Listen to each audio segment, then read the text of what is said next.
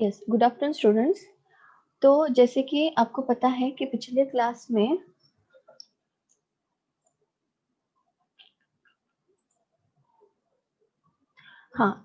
जैसे कि आपको पता है कि पिछले क्लास में हमने सबिया नामक ये जो कहानी थी अथवा जिसको यहाँ पे रेखा चित्र करके कहा गया है, जिसके लेखिका महादेवी वर्मा थी, तो उसके बारे में हमने अध्ययन किया है। ठीक है।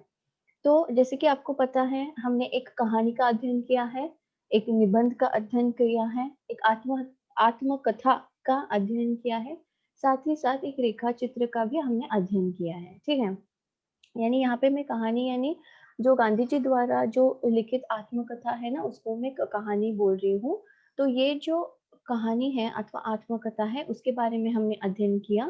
फिर बाद में योग्यता और व्यवसाय का चुनाव जो है वो एक निबंध है। ठीक है, उसको हम लोग ऐसे भी बोलते हैं। तो उसका भी हमने अध्ययन किया और सबिया जो है पिछले क्लास में हमने खत्म कर दिया है। ठीक है। तो एक के बाद एक मैं आपको नोट्स आपके हमारे व्हाट्सएप लिंक जो ग्रुप है ना, माफ कीजिए, व्हाट्सएप जो ग्रुप है ना उसके ऊपर मैं अपलोड करती जाऊंगी। ठीक है। आज जो है हम लोग हिंदी भाषा के विविध रूप इसका अध्ययन करने जा रहे हैं। ठीक है। अभी हिंदी भाषा के विविध रूप का अर्थ क्या है? देखिए, यहाँ पे ये जो वाक्य है इसका अर्थ यह है कि हिंदी भाषा जो है वो कहाँ-कहाँ हम उसका उपयोग करते हैं अथवा कहाँ-कहाँ हम उसका प्रयोग करते हैं। देखिए, आपको तो पता है हमारे भारत देश में बहुत सारे भाषा बोलने वाले लोग हैं, धर्म के लोग हैं। उसमें बहुत सारे व्यक्तियों की ये जो हिंदी जो है वो मातृभाषा है। ठीक है। अगर उत्तर भारत में अगर आप देखोगे तो ज़्यादा से ज़्यादा लोग हिंदी का प्रयोग करते हैं। जो दिल्ली जो शहर है अथवा जो सिटी है, वहाँ जो हिंदी भाषा बोली जाती है, वो हिंदी करेक्ट यानी उसको ही हम लोग मानक भाषा करके बोलते हैं। यानी जो दिल्ली में बोली जाने वाली जो हिंदी होती है, वही हिंदी सही है करके हम लोग बोलते हैं। ठीक है? उसको ही हम लोग मानक भाषा बोलते हैं। ठीक है? अभी अगर आप दक्षिण भारत में अगर देखोगे तो वहाँ पे हिंदी भाषा का ज़्यादा प्रयोग नहीं किया जाता। जैसे आपको पता है कि हम लोग कर्नाटक में रहते हुए हम लोग कन्नड़ भाषा का प्रयोग करते हैं। तमिलनाडु में गए तो हम लोग तमिल, केरल में जाओगे तो मलयालम। तो ये जो भाषा है वहाँ बहुत सारे लोगों की वही मातृभाषा बन गई है। अगर आप उत्तर भारत में जाओगे तो हिंदी जो है वो मातृभाषा उनकी होती है। ठीक है? तो वैसे ही देखिए, उत्तर भारत में हिंदी जो है वो मातृभाषा के और तौर पर वो लोग बातचीत करते हैं। दक्षिण भारत में अगर आप आओगे तो वहाँ पे हिंदी भाषा जो है वो हम लोग एक राष्ट्रीय भाषा के तौर पर उसका अध्ययन करते हैं। ठीक है। क्योंकि हमारी जो मातृभाषा होती है वो कन्नड़ होती है, बहुत सारे लोगों की मराठी होती है। ठीक है। तो कहने का तात्पर्य यह है कि ये जो हिंदी भाषा है वो किस-किस तौर पर अथवा किस-किस रूप पर आपको दिखाई देती है अथवा किस रूप में आप उसका प्रयोग कर रहे हो, यहाँ पे कहने का तात्पर्य है। देखिए, अगर मैं सिंपल वाक्यों में अगर आपको बताऊँगी, सीधे तौर पर अगर आपको मैं बताऊँगी, तो ये जो हिंदी भाषा है, वो एक मातृभाषा के तौर पर उसका प्रयोग किया जाता है, बोलचाल की भाषा के की तरह प्रयोग किया जाता है, राष्ट्रीय भाषा के तौर पर इसका प्रयोग होता है, व्यवसाय की दृष्टि से भी इसका प्रयोग किया जाता है। ठीक है। अगर मान लीजिए उत्तर भारत का अगर कोई व्यक्ति हमारे साथ बातचीत कर रहा हो और उसको दूसरी कौन-सी भी भाषा नहीं आती, सिर्फ हिंदी आती है, तो हम लोग क्या प्रयत्न करते हैं, हमारा व्यवहार बढ़ाने के लिए, हमारा बिज़नेस बढ़ाने के लिए, हम लोग क्या करते हैं, उसको जो भाषा आती है, उसमें हम लोग उसका प्रयोग करते हैं अथवा दोनों को जो भाषा आती है, वही एक भाषा में हम लोग क्या करते हैं, उस भाषा का प्रयोग करते हैं, उसको हम लोग व्यवसायिक भाषा बोलते हैं क्योंकि ये जो भाषा है, वो व्यवसाय के लिए इसका प्रयोग हो रहा है। ठीक है, बिज़नेस करने के लिए इसका प्रयोग हो रहा है, तो इसलिए हिंदी भाषा जो है वो व्यवसाय के रूप में भी हम लोग देख सकते हैं। तो कहने का तात्पर्य यह है कि हिंदी भाषा जो है उसके रूप बहुत हैं। वो मातृभाषा भी है, वो बोलचाल की भाषा भी है, राष्ट्रीय भाषा भी है, व्यवसायी भाषा भी है। साथ ही साथ आपको ये भी पता होगा कि हमारा हमारा जो भी कायदे हैं, भारत के जो भी कायदे हैं, लॉज हैं, वो भी हम हमारे यहाँ क्या है हिंदी भाषा में ही, पहले तो वो अंग्रेजी में था, उसको हमने क्या किया है, तो हिंदी भाषा में उसका रूपांतर किया है। यानी व्यवसाय की दृष्टि से हो गया, बोलचाल की दृष्टि से हो गया, तो कागजी यानी राजभाषा, जिसे हम लोग बोलते हैं राजभाषा, हमारी राष्ट्र की राजभाषा क्या है, तो राजभाषा के तौर पर भी हम लोग उसका प्रयोग करते हैं। देखिए हमारी राजभाषा अभी यहाँ पे कर्नाटक के लिए तो कन्नड़ है, लेकिन अगर आप उत्तर प्रदेश में जाओगे, वहाँ पे उत्तरी भाग में, तो वहाँ पे जैसे हम लोग बोलते हैं कि दिल्ली में बहुत सारे जो शहर है, वहाँ पे जैसे मैंने आपको बोल दिया कि वहाँ की भाषा जो हिंदी भाषा है, उसको मानक भाषा जाता है, और वहाँ पे राजभाषा के तौर पर क्या किया जाता है, हिंदी का प्रयोग किया जाता है। तो वैसे ही बहुत सारे हिंदी भाषा के रूप हैं। तो आज हम लोग जो है, आपको सिर्फ ये जो भाषा है, हिंदी भाषा, वो उसका प्रयोग कैसे, उसकी शुरुआत हुई, कैसे-कैसे हम लोग हिंदी भाषा का प्रयोग करते हैं, इसके बारे में हम लोग इस पाठ में अध्ययन करेंगे। ठीक है? अभी देखिए, ये हिंदी भाषा के विविध रूप इसलिए महत्वपूर्ण है। आपको क्वेश्चन पेपर में पूछा जा सकता है कि हिंदी भाषा के विविध रूप, इस पर टिप्पणी लिखिए, यानी शॉर्ट नोट लिखना है इस प्रश्न पर। तो आपको मान लीजिए सभी इसके बारे में इंट्रोडक्शन देना है, जैसे मैंने आपको बताया कि हिंदी में इंट्रोडक्शन को प्रस्तावना बोलते हैं, ठीक है? तो पहले तो इसके बारे में आपको थोड़ी जानकारी देनी चाहिए, इंट्रोडक्शन देना चाहिए कि भाषा शब्द है, किस भाषा से आई है, कौन से शब्द से उसका वो उत्पन्न हुआ है। तो ऐसे रूपांतरण करके उत्पन्न होना, ये जो इंट्रोडक्शन है, वो प्रस्तावना में हेडिंग देकर आपको लिखना है। तो ठीक है, तो कैसे लिखना है वो तरीका मैं आपको ऑनलाइन क्लास जब होगा तब मैं बताती हूँ, लेकिन आज के क्लास में हिंदी भाषा के विविध रूप, इस टॉपिक पर मैं आज आपको विश्लेषण देने जा रही हूँ।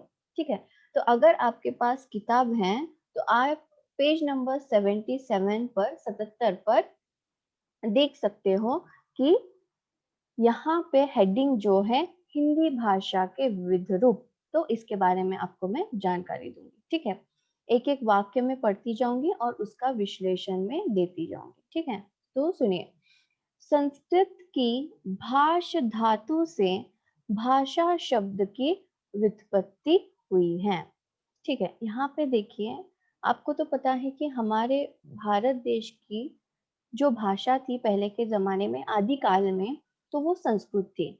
तो संस्कृत ही एक ऐसी भाषा है जिस भाषा से बहुत सारे भाषाओं का जन्म हुआ है। ठीक है, मान लीजिए मराठी, हिंदी, ये जो भी जितने भी भाषा है, बंगाली, आर्य भाषा जिसे हम कहते हैं, ये सभी जो भाषाएं हैं, वो संस्कृत भाषा से ही उसका उत्पन्न हुआ है, ऐसे हम लोग मानते हैं। ठीक है, तो ये जो संस्कृत भाषा में एक शब्द है, वो है भाष। भाष धातु, धातु का अर्थ होता है शब्द। ये जो भाष शब्द है, उसी से ही भाषा शब्द का जन्म हुआ है। व्युत्पत्ति का अर्थ होता है जन्म होना। ठीक है, तो आपको प्रश्न पूछा जा सकता है ऑब्जेक्टिव्स के लिए कि भाषा, ये जो शब्द है, वो कौन से शब्द की अथवा धातु की उत्पत्ति है। अगर आपको प्रश्न दिया जाएगा तो आपको सही उत्तर लिखना है भाष। संस्कृत की भाष धातु से, यानी संस्कृत के भाष शब्द से भाषा का जन्म हुआ है अथवा भाषा शब्द का जन्म हुआ है। भाषा मुंह से निकलने वाली वाणी है। देखिए, अभी भाषा का अर्थ यहाँ पे उन्होंने बताया है कि भाषा जो है वो अपने मुख से निकलने वाली वाणी है, अथवा अर्थ, इसका अर्थ है उद्गार है, शब्द है। ठीक है, अभी देखिए भाषा का प्रयोग हम लोग क्यों करते हैं, तो भाषा का हम लोग प्रयोग इसलिए करते हैं क्योंकि अपने विचारों को दूसरों तक पहुंचाने के लिए। ठीक है, यानी कहने का तात्पर्य यह है कि एक व्यक्ति के विचारों का दूसरे व्यक्ति के ऊपर, उसके ऊपर अपने विचारों का जैसे हम लोग बोलते हैं कि का सही शब्द प्रकट होना है। ठीक है, तो अपने विचारों को दूसरे व्यक्ति के ऊपर प्रकट करना, अपने विचारों को प्रकट करना, तो कैसे आप लोग विचार अपने प्रकट करोगे? तो उसके लिए कोई तो ऐसा माध्यम होना चाहिए, एक मीडियम होना चाहिए, अपने भाषा को दूसरे व्यक्ति तक पहुँचाने के लिए। तो अपने विचारों को दूसरे व्यक्ति तक पहुँचाने के लिए अथवा प्रकट करने के लिए एक मीडियम की ज़रूरत है अथवा माध्यम की ज़रूरत है, तो वो माध्यम क्या है? तो भाषा है। यानी भाषा से ही हम लोग क्या करते हैं, अपने विचारों को दूसरे व्यक्ति के समक्ष हम लोग वो डालते हैं अथवा पहुँचाते हैं, ठीक है? आगे देखिए, व्यक्ति अपने मन के भावों को भाषा द्वारा प्रकट करता है। जैसे कि मैंने आपको पहले ही कहा कि अपने विचारों को दूसरे व्यक्ति तक पहुंचाने के लिए जिस माध्यम का हम लोग प्रयोग करते हैं उसको हम लोग बोलते हैं भाषा। भाषा वह साधन है जिसके द्वारा विचारों का विनिमय होता है। अभी देखिए, विचारों का विनिमय का अर्थ क्या है? विचार तो आपको पता चला कि थॉट्स हमारे मन में अथवा दिमाग में जो भी थॉट्स चलते हैं, विचार चलते हैं, उसका हम लोग विनिमय करते हैं। विनिमय का अर्थ ये होता है वार्तालाप। वार्तालाप का अर्थ ये होता है, देखिए मैं अपने विचारों को दूसरे व्यक्ति तक पहुंचा रही हूँ, दूसरा व्यक्ति जो है वो अपने विचारों को जो है वो मुझ तक पहुंचा रहा है भाषा के माध्यम से। तो ये जो विचारों का लेन देन जो है उसको ही हम लोग बोलते हैं विनिमय। ठीक है, यहाँ तक आपको समझ में आ गया? ठीक है, अब लोग अभी हम क्या करते हैं, आगे बढ़ते हैं। समाज में भाषा की उत्पत्ति होती है और भाषा के आधार पर समाज का विकास होता है। देखिए अभी इस वाक्य का क्या अर्थ है? देखिए सबसे पहले भाषा का प्रयोग हम लोग कहाँ करते हैं? जहाँ पे व्यक्ति हो। व्यक्ति से ही क्या है, समाज बनता है। समाज से क्या है, गांव बनते हैं। गांव से क्या है, शहर बनते हैं। शहर से क्या है, एक राज्य बनता है। ठीक है, यानी कहने का तात्पर्य यह है कि भाषा का जो विकास है और भाषा का जो प्रयोग है वो समाज में ही होता है। यानी कहने का तात्पर्य यह है कि जहाँ पे लोग हैं वहां पे ही भाषा का उपयोग होता है और उसका विकास ही यानी उसकी ग्रोथ भी वहां समाज में ही होती है। ठीक है, सोसाइटी में ही होती है। ठीक है, मान लीजिए मेरे दिमाग में बहुत सारे विचार चल रहे हैं, लेकिन वो विचार सुनने के लिए कोई भी व्यक्ति नहीं है, तो मैं अपने विचारों को किसके सामने प्रकट करूं? ठीक है, तो यहाँ पे कहने का तात्पर्य यह है कि जहाँ पे व्यक्ति होता है, जैसे कि मैंने आपको कहा कि व्यक्ति से ही समाज बनता है, तो समाज में ही क्या है, भाषा का विकास होता है। ठीक है, अगर हमारे सामने अगर कोई व्यक्ति हो तो ही हम लोग क्या करते हैं, भाषा का प्रयोग करते हैं। नहीं तो क्यों करेंगे भाषा का प्रयोग, हम लोग चुपचाप ही बैठेंगे। तो वैसे ही यहाँ पे कहने का तात्पर्य यह है कि भाषा का विकास जो है वो समाज में ही होता है और उसका प्रयोग भी समाज में ही होता है।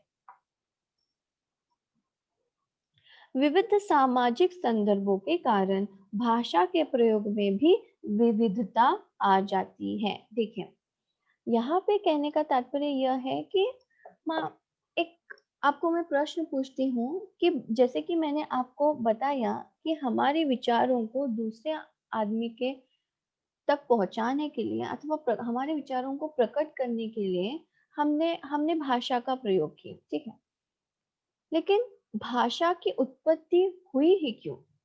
ठीक है, अगर भाषा ही नहीं होती तो हम लोग अपने विचारों को प्रकट ही नहीं कर सकते। ठीक है, अभिव्यक्ति जो है अपनी भाषा को, अपने विचारों को दूसरे व्यक्ति तक पहुंचाने के लिए सरल से सरल भाषा का प्रयोग करता है। सरल यानी जो इजी भाषा है। देखिए अभी मान लीजिए कि मेरी जो मातृभाषा है वो हिंदी है, तो मुझे मेरे जैसे हम लोग बोलते हैं ना, हमारे जैसे एक शब्द वो नहीं आ रहा है कि मेरे विचारों को जो है वो दूसरे व्यक्ति तक पहुंचाने के लिए सरल से सरल भाषा का प्रयोग करती हूँ ताकि वो सामने वाला व्यक्ति जो है वो उसको समझ पाए।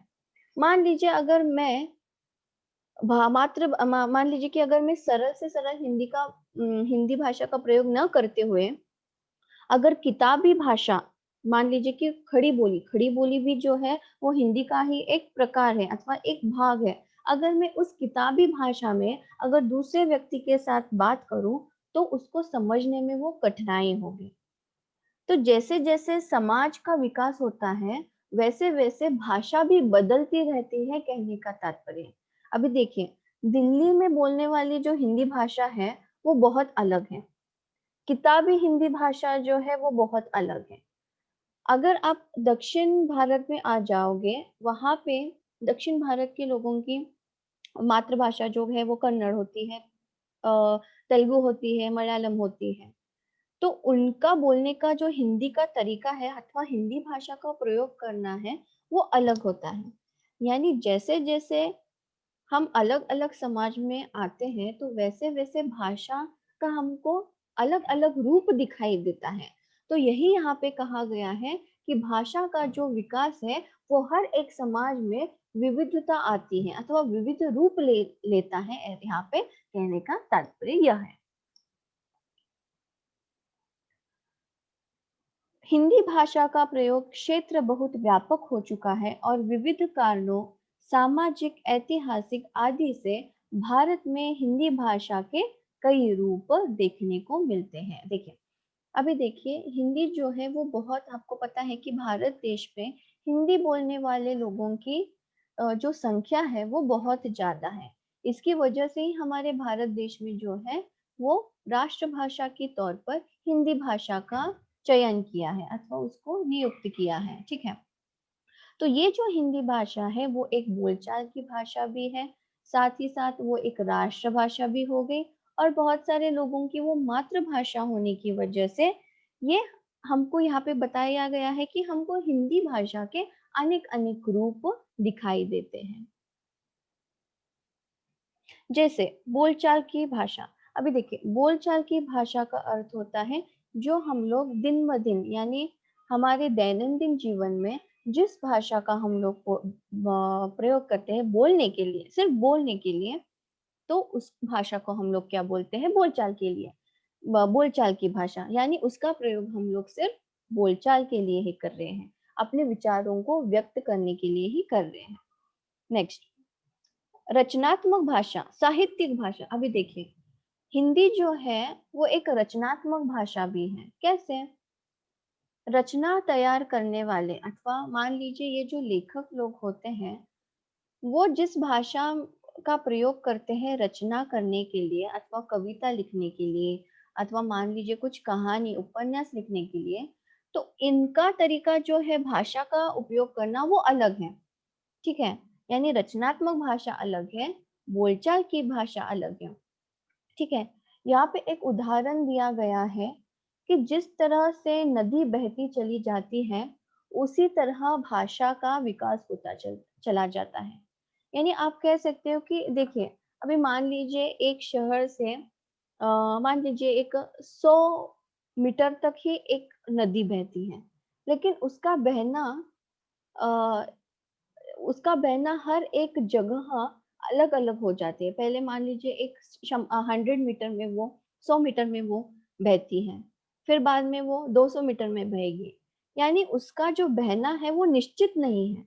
वैसे ही भाषा का जो विकास है वो निश्चित नहीं है। तो हम लोग ये नहीं कह सकते कि इस शहर से ही इस भाषा का विकास हुआ है अथवा इस शहर से ही उस भाषा का विकास हुआ है, ये हम लोग नहीं कह सकते, क्योंकि ये एक अनिश्चितता है। तो यहाँ पे कहने का तात्पर्य यह है कि भाषा जो है वो एक नदी की प्रवाह की तरह है जिसका विकास होते ही चला गया है, होते ही चला गया है। ठीक है, और वो किस तरह से हुआ है, किस रूप में हुआ है, तो बोलचाल की भाषा में, रचनात्मक की भाषा में अथवा साहित्य, जिसे हम लोग लिटरेचर लैंग्वेज जैसे हम लोग बोलते हैं उसको ही हम लोग बोलते हैं साहित्यिक भाषा। ठीक है, संपर्क भाषा। देखिए, अगर मान लीजिए हमको एक व्यक्ति के साथ फोन पे बात करनी है अथवा मान लीजिए चिट्ठी लिखनी है, पत्र लिखना है, तो हमको पता है कि उस व्यक्ति को जो है वो सिर्फ हिंदी भाषा ही आती है, तो हम लोग क्या करते हैं, उस हिंदी भाषा को प्रयोग करते हुए उसको अपने मन की बात बताते हैं। आजकल के ज़माने पहले तो सिर्फ़ चिट्ठी का प्रयोग होता था संपर्क भाषा के लिए। आज के ज़माने में हम लोग मोबाइल फ़ोन्स, इंटरनेट ये इसका प्रयोग कर रहे हैं। तो ये एक संपर्क की भाषा यानी संपर्क भाषा का अर्थ क्या है कि एक व्यक्ति से लेकर दूसरे व्यक्ति तक पहुँचने के लिए हम किस माध्यम का अथवा किस भाषा का प्रयोग कर रहे हैं, उसको हम लोग बोलते हैं संपर्क भाषा। तो ये संपर्क भाषा के लिए भी यहाँ पे हिंदी भाषा का प्रयोग हुआ है। राजभाषा, राजभाषा तो आपको पता है, राज्य भाषा, प्रयोजन मूलक भाषा आदि। तो यहाँ पे देखिए, यहाँ पे राष्ट्रभाषा, राज्य भाषा और राजभाषा ये एक ही तरह लगता है लेकिन ये अलग-अलग है। देखिए, राष्ट्रभाषा का अर्थ होता है पूरे देश की भाषा, राज्य भाषा का अर्थ होता है सिर्फ एक राज्य की भाषा, ठीक है? तो कंफ्यूज मत हो जाइए, ये याद रखिए राष्ट्र यानी देश, राज्य यानी एक स्टेट, ठीक है? आगे बढ़ते हैं। यहाँ पे प्रयोजन मूलक भाषा का यहाँ पे उन्होंने शब्द का प्रयोग किया है। अभी देखिए प्रयोजन मूलक शब्द का अर्थ क्या है? तो देखिए, जो भाषा व्यवहार के साथ-साथ वैज्ञानिक दृष्टि से भी हम लोग जिस भाषा का प्रयोग करते हैं, उसको हम लोग प्रयोजन मूलक भाषा बोलते हैं। देखिए, आजकल का आपको पता है कि जो वैज्ञानिक भाषा है, वो ज़्यादा से ज़्यादातर इंग्लिश में ही जो भी वैज्ञानिक यानी जो भी साइंटिस्ट काम करते हैं, वो इंग्लिश भाषा का ही प्रयोग करते हुए अपने जो भी रिसर्च वर्क है, वो करते हैं। लेकिन अब क्या हो रहा है, वही जो इंग्लिश भाषा जो साइंटिस्ट लोगों की भाषा है अथवा जो हम लोग वैज्ञानिक भाषा जो बोलते हैं, उसका अनुवाद अब हिंदी भाषा में होने लगा है। यानी अब हम लोग क्या कर रहे हैं, हिंदी भाषा को वैज्ञानिक तौर पे भी उसका रूपांतर करने की कोशिश कर रहे हैं, तो उसको ही हम लोग प्रयोजन मूलक बोलते हैं। जैसे कि आपको पता है कि पूरे हमारे विश्व में ऑल ओवर द वर्ल्ड कौन-सी भाषा ज़्यादा से ज़्यादा लोग जानते हैं अथवा जो भाषा का प्रयोग हम लोग करते हैं, वो है अंग्रेज़ी भाषा अथवा इंग्लिश भाषा। तो वैसे ही हमारी कोशिश है अथवा हमारे देश की कोशिश है कि ये जो राष्ट्रभाषा हमारी जो है, उसका जो रूपांतरित है, वो हम लोग वैज्ञानिक दृष्टि से भी करें, व्यवहारिक दृष्टि से भी करें, बोलचाल की भाषा से भी करें। तो यानी कहने का तात्पर्य यह है कि हम क्या करें, इस हिंदी भाषा का प्रयोग प्रयोग करना जो है, उसका विकास हम लोग कर रहे हैं। यानी प्रयोजन मूलक यानी हर एक क्षेत्र में हिंदी भाषा का प्रयोग करना ही उसको हम लोग कहते हैं प्रयोजन मूलक भाषा। यानी उसकी उन्नति होती ही रहनी चाहिए, उसका विकास होते ही रहना चाहिए, ठीक है? अभी मान लीजिए एक मैं आपको एग्जाम्पल देती हूँ। ये जो बस है, ये एक इंग्लिश शब्द है, ठीक है? तो इसके लिए आप हिंदी शब्द आप जानते हैं क्या? अगर आप जानते हो तो मुझे मुझे बताइए, क्योंकि मुझे पता नहीं है कि ये जो बस इंग्लिश शब्द है, इसका हिंदी शब्द क्या है? बहुत सारे जो गाँव के लोग हैं वो एसटी बोलते हैं बस को। एसटी का अर्थ एसटी क्या है? एसटी भी इंग्लिश शब्द ही है। तो ऐसे जैसे यानी कहने का तात्पर्य यह है कि जिस भाषा का रूपांतर अब तक हिंदी भाषा में नहीं हुआ है, वो भी शब्दों का प्रयोग करते हुए ये लोग क्या कर रहे हैं कि रूपांतरण करें। यानी मान लीजिए कि हिंदी जैसे मैंने आपको कहा कि हिंदी भाषा में बस का कुछ और अर्थ नहीं है अथवा उसका कुछ और दूसरा नाम नहीं है। तो वैसे ही यहाँ पे ऐसे भी वैज्ञानिक शब्द है जो सिर्फ इंग्लिश में ही है, तो उसका रूपांतरण भी हिंदी में करने की कोशिश कर रहे हैं। यानी ऐसे-ऐसे शब्दों को हिंदी हिंदी भाषा से नाम देने की कोशिश की है। तो उसको ही हम लोग क्या बोलते हैं? प्रयोजन मूलक भाषा बोलते हैं। यानी कहने का तात्पर्य यह है कि हम लोग क्या कर रहे हैं कि हिंदी भाषा को हर एक स्थान पर उसका विकास करना चाहते हैं। आगे, इनमें राष्ट्रभाषा, राजभाषा ये शब्द एक जैसे ही मालूम होते हैं। इन शब्दों के अर्थांतर समझे बिना एक ही अर्थ में इनका प्रयोग करने की संभावना है, किंतु इन शब्दों के समांतर अंग्रेजी शब्दों के साथ मिलाकर देखें तो इनका अंतर थोड़ा स्पष्ट हो जाता है। देखिए, जैसे मैंने कहा कि राष्ट्रभाषा, राजभाषा ये दोनों अलग चीज हैं, लेकिन सुनने के लिए वो एक ही लगती हैं। तो इसके बारे में अगर इंग्लिश में अगर हम लोग ट्रांसलेट करके अगर उसका अध्ययन करेंगे तो हमको समझ में आ जाएगा कि एग्जैक्ट क्या शब्द किसके लिए है। तो यहाँ पे दिया गया है राष्ट्रभाषा यानी नेशनल लैंग्वेज, राज्य भाषा यानी स्टेट लैंग्वेज, जैसे कि मैंने आपको कहा। लेकिन राजभाषा यानी ऑफिशियल लैंग्वेज, यानी यहाँ पे हिंदी जो है वो हमारी ऑफिशियल लैंग्वेज की तरह भी इसका प्रयोग किया जा रहा है, नेशनल लैंग्वेज की तरह भी इसका प्रयोग किया जा रहा है और स्टेट लैंग्वेज की तरह भी। ठीक है, आगे बढ़ते हैं। इनमें राष्ट्रभाषा लगभग पूरे राष्ट्र में प्रयुक्त होने वाली भाषा है, जिसका संबंध राष्ट्र की सामाजिक संस्कृति से है। यानी कहने का तात्पर्य है कि राष्ट्रभाषा का अर्थ है पूरे देश में बोलने वाली जो भाषा है वो है हमारी जो राष्ट्र की भाषा है वो है हिंदी भाषा। ठीक है, आगे। राज्य भाषा राज्य विशेष की भाषा है, जिसे राज्य में सरकारी कामकाज करने के लिए संविधानिक मान्यता मिली है। अभी देखिए, राज्य भाषा जो स्टेट भाषा है उसको हम लोग यहाँ पे कहा गया है कि राज्य भाषा, यानी जिस राज्य भाषा ने हिंदी को ही पूरा अपना संविधान यानी कॉन्स्टिट्यूशन जो है वो हिंदी में ही व्यवहार करने के लिए अगर बोला है तो उसको हम लोग जो है राज्य भाषा कहते हैं। राजभाषा एक राष्ट्र के राजकाज की भाषा है, यानी जो भी हमारा राजकाज है, जो भी राजकारण है, जो भी हमारे कॉन्स्टिट्यूशन हो, जो भी हमारा संविधानिक हो, न्यायालयीन हो, संविधान हो, अथवा जो भी जैसे हम लोग आर्टिकल्स बोलते हैं, इसको हम लोग हिंदी में अनुच्छेद बोलते हैं, जो भी है ये जो राजकाज जो भी चलता है, जो भाषा में चलता है उसको हम लोग क्या बोलते हैं, स्टेट लैंग्वेज। तो हमारी स्टेट लैंग्वेज क्या है, तो हिंदी भाषा। साथ ही राजकारण चलने वाली जो भाषा है यानी राजभाषा, यानी हमारे देश में जो भी राजकारण चलता है वो किस भाषा में चलता है, तो वो हिंदी भाषा में है। तो ये जो हिंदी भाषा है वो राष्ट्रभाषा भी है, राज्य भाषा भी है और राजभाषा भी है। ठीक है, कंफ्यूज करके मत लीजिए, मैं और एक बार आपको बताती हूँ। राज्य यानी स्टेट लैंग्वेज, राज यानी ऑफिशियल लैंग्वेज। ठीक है, राजभाषा यानी। ठीक है, आगे बढ़ते हैं।